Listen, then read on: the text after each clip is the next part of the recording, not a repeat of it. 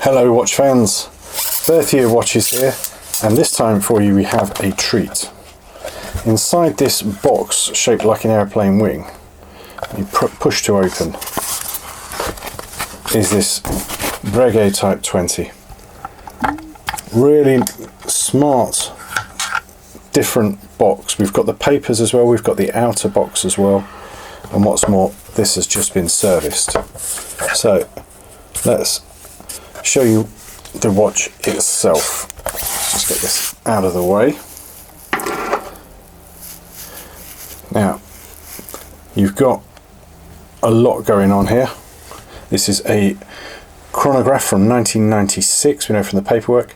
They were only launched a year before, and they were soon absorbed into Swatch Group in 1999, so this is pre-Swatch. This is when Breguet was still comparatively independent. Obviously long since Louis Breguet died, but he was one of the top watchmakers of all time. And when you say just things like automatic winding and chronograph and shock protection and tourbillon, he invented all of these and more. So you've got a three sub-dials, constant seconds, minutes and hours, and it's all started on the top chronograph pusher. Just been serviced by Breguet themselves. We turned down their request to, oh, we could replace the dial. We could do that for you. We can replace the dial and replace the hands. No way. Look at the way that the tritium has faded to this cream. It's absolutely lovely. Would you like us to polish the case? Why would you do that? No, the case is brilliant. It's got the early gold cap signed with the Breguet B. The bezel moves one direction only, which is unusual for a flight watch. You'd normally have that moving both ways on a flight watch, but you know, we're not one to question too much why Breguet chose to do that.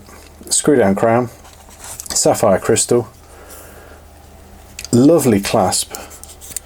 I'm not usually a big fan of these clasps, but do you see the arrow on there? You pull that way and it opens up, and they even profiled it like a wing as well. Really nice. The strap is not an original Breguet one. If we had a Breguet one, we wouldn't be able to export it. So we've stuck with a strap that's on there, which has shown somewhere, but it is a nice strap and I quite like it. And the fact that it's used means I can still wear this, because if I'm honest with you, we've had this, or Berthier Watches has had this for a while, but it's undergone quite a lot of testing by myself. And when I say testing, I mean I just like wearing it. Now, they're not cheap. You can still buy a Type 21, which I think has the dates and a slightly larger 42mm case. They're about 13 grand new, which is an awful lot of money for a steel watch. But this is about half that price. It's at the top end of what a Type 20 costs, but it has just been serviced, which was not cheap.